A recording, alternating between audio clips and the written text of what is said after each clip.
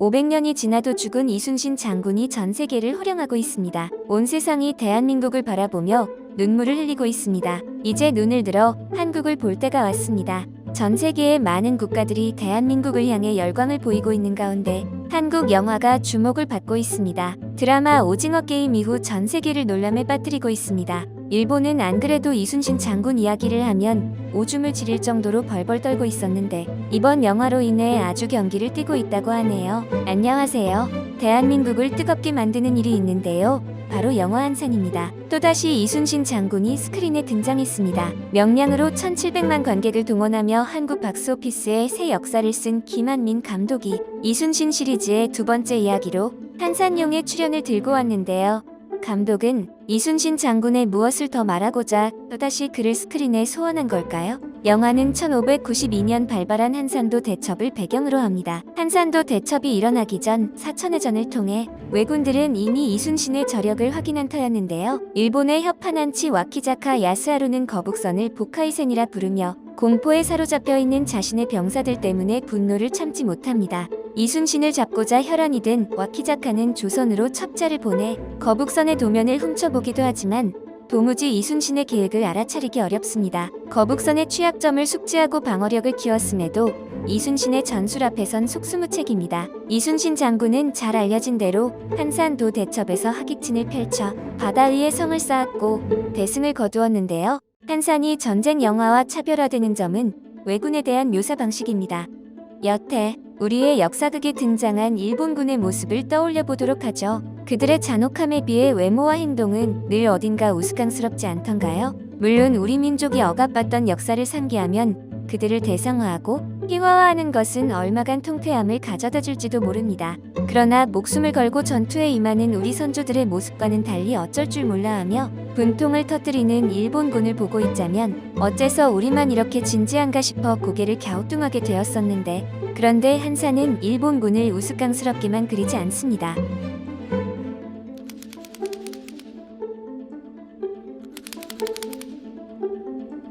그 의미는 이제 대한민국이 일본을 아래로 여기고 있다는 뜻이 아닐까요? 일본을 좀 대우를 해주어도 자신감 있다 이렇게 해석도 되고요. 사실 한국과 일본이 전쟁을 해도 이전과는 상반되게 한국이 우위에 있음을 객관적인 자료로도 충분히 입증이 되고 있는 게 현실입니다. 다시 영화로 돌아가 볼까요? 변요한이 연기한 와키자카는 명량의 조진웅이 연기한 와키자카와도 느낌이 사뭇 다릅니다. 조진웅의 와키자카는 사사로이 분노한다면 변요한의 와키자카는 평정을 유지하다가 크게 한 번씩 분노를 터뜨리는 쪽이에요. 와키자카는 이미 이순신의 저력을 사천에서 확인한 바 여느 왜군들처럼 조선인을 얕보지 않고 이순신을 이기기 위해 사력을 다합니다. 또한 이순신이 왜군을 견내량해서 한산도 앞바다로 유인하는 작전을 펼 때에도 쉽사리 움직이지 않고 이순신의 수를 읽어내며 방어하려 하죠. 적군이 이 전쟁에 온 힘을 다해 임하니 이순신 장군의 업적도 더욱 빛나 보입니다. 이순신을 견제하는 와키자카의 모습을 담으려다 보니 영화가 상당 부분 일본군의 시점에서 전개되는 점도 흥미롭습니다. 거북선에 맞서기 위해 고민하고 분투하던 왜군들의 시점을 관객에게까지 확장시키니 일본군과 마찬가지로 관객도 이순신 장군의 계획을 소상히 알 수 없죠. 관객 역시 아무런 정보 없이 전투를 지켜보게 되는 것입니다. 위기의 순간 거북선의 예상치 못한 등장에 가슴이 뜨거워지는 이유도 여기에 있습니다. 감독의 전작 명량에서는 배를 실제로 바다에 띄워 촬영을 진행한데 반해 한산 속 해전은 모두 바다가 아닌 세트장에서 촬영됐죠. 감독은 날씨 변수가 많아 어려움을 겪었던 명량에 비해 훨씬 수월하게 촬영했다고 후일담을 전했는데 세트장 촬영의 이점은 이외에도 많았다고 합니다. 바다에 직접 배를 띄우지 않은 것은 촬영 시 필연적으로 발생하는 오염으로부터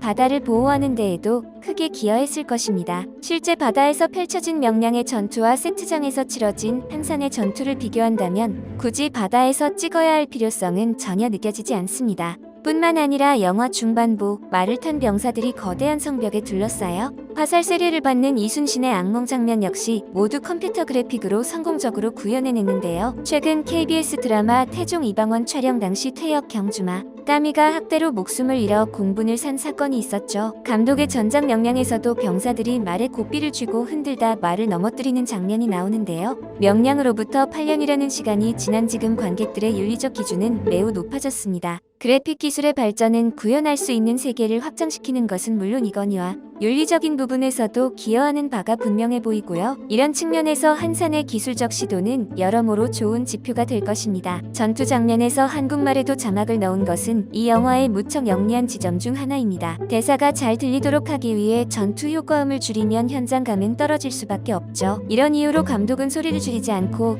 대신 대사마다 자막을 넣기로 결정했습니다. 감독의 기지 덕에 더 실감나는 전투 장면이 완성됐죠. 이 영화는 전쟁의 무엇을 우리는 다시 보게 만드는가? 이순신 장군의 하객지는 2022년을 사는 우리에게 어떤 메시지를 던지는가? 방어를 위한 전쟁이었으니 수많은 죽음이 있었음에도 승리 그 자체를 취하해도 괜찮은 걸까? 왜 또다시 이순신일까? 한산이 환기하는 것들에 대해 진지하게 고민해보는 중일 겁니다. 이 전 영화인 명량 영화 줄거리의 시작은 이순신 역할의 배우 최민식이 고문을 받는 장면, 그 후 다시 삼도 수군통 제사로 임명된다는 설명으로 시작됩니다. 전멸에 가까운 상태에 이른 조선 수군은 승산이 없으니 바다를 버리고 육군에 합류하자는 배설 역할의 배우 김원혜의 주장도 나옵니다. 배설은 명량의 결말에서 이순신을 배신하고 살해하려던 자로 나옵니다. 도원주 권율에게 수군을 지원해 달라는 요청도 했지만 거부당하고 병사들마저 흔들립니다. 그러나 이순신은 흔들리지 않고 거북선을 만들었으며 임준영 역할의 배우 진구에게 왜군을 감시하도록 했습니다. 그리고 영화 명량의 줄거리는 도요토미 히데요시가 보낸 구로시마가 도도 다카토라와 합류하면서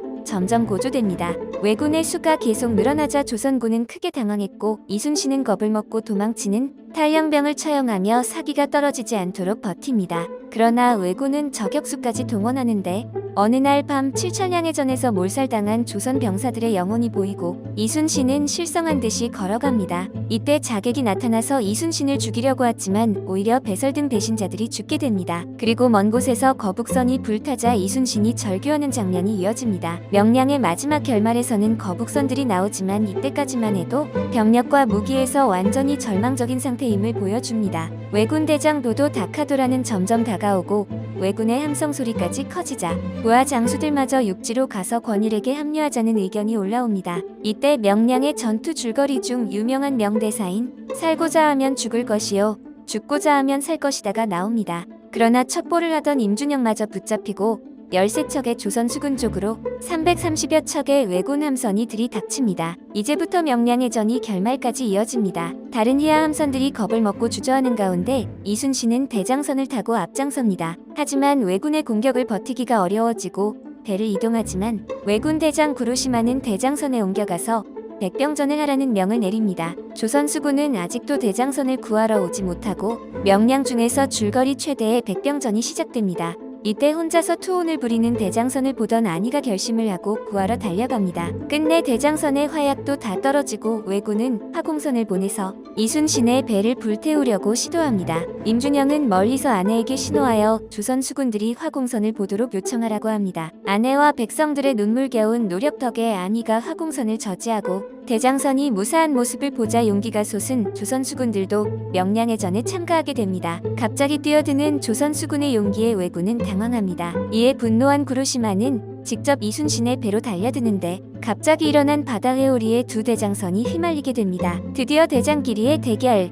영화 명량 전투의 결말은 이순신의 승리였습니다. 전투에서 구로시마는 목이 잘리고 백성들이 직접 나서서 회오리 속에 이순신을 구해냅니다. 물살의 방향은 바뀌고 조선군의 판옥선들은 물살을 타고 속도를 높여 왜군선을 들여박습니다. 선봉의 왜군선들은 격파당했고 후방의 왜군선은 지원할 수 없으니 퇴각 결정을 내리게 됩니다. 이제 명량 영화의 줄거리는 갈대밭을 걷는 두 부자를 보여줍니다. 아들 이회 역할의 배우 권율은 아버지 이순신에게 묻습니다. 마지막 전투에서 회오리가 다른 왜선을 막아준 것과 백성이 나선 것 중에 어떤 것이 천행이었냐는 질문에 이순신은 대답합니다. 천행은 백성이었다는 것입니다. 그리고 장면이 바뀌어 한산도의 거북선을 보여주면서 명량의 최종 결말 장면은 한산도 대첩을 암시하고 끝이 납니다. 지금까지 전쟁 영화들은 전쟁을 하나의 블록버스터 소재로 소비해온 것이 사실입니다. 최근 들어 전쟁의 참상을 드러내 비판하고 생명 존중에 대한 메시지를 던지는 영화도 속속 등장하고 있지만 여전히 소수에 불과하죠. 특히 역사 속 전쟁을 소재로 한 영화의 대다수는 윤리적인 측면을 간과한 채 상업적으로 성과를 높이는 데에만 골몰하는 경우가 많습니다. 관람객의 애국심에 기대 별다른 고민 없이 총칼을 휘두르는 것이죠. 대한민국 화이팅! 이순신 장군 최고예요. 오늘 제가 준비한 소식은 여기까지입니다. 시청해주셔서 감사합니다.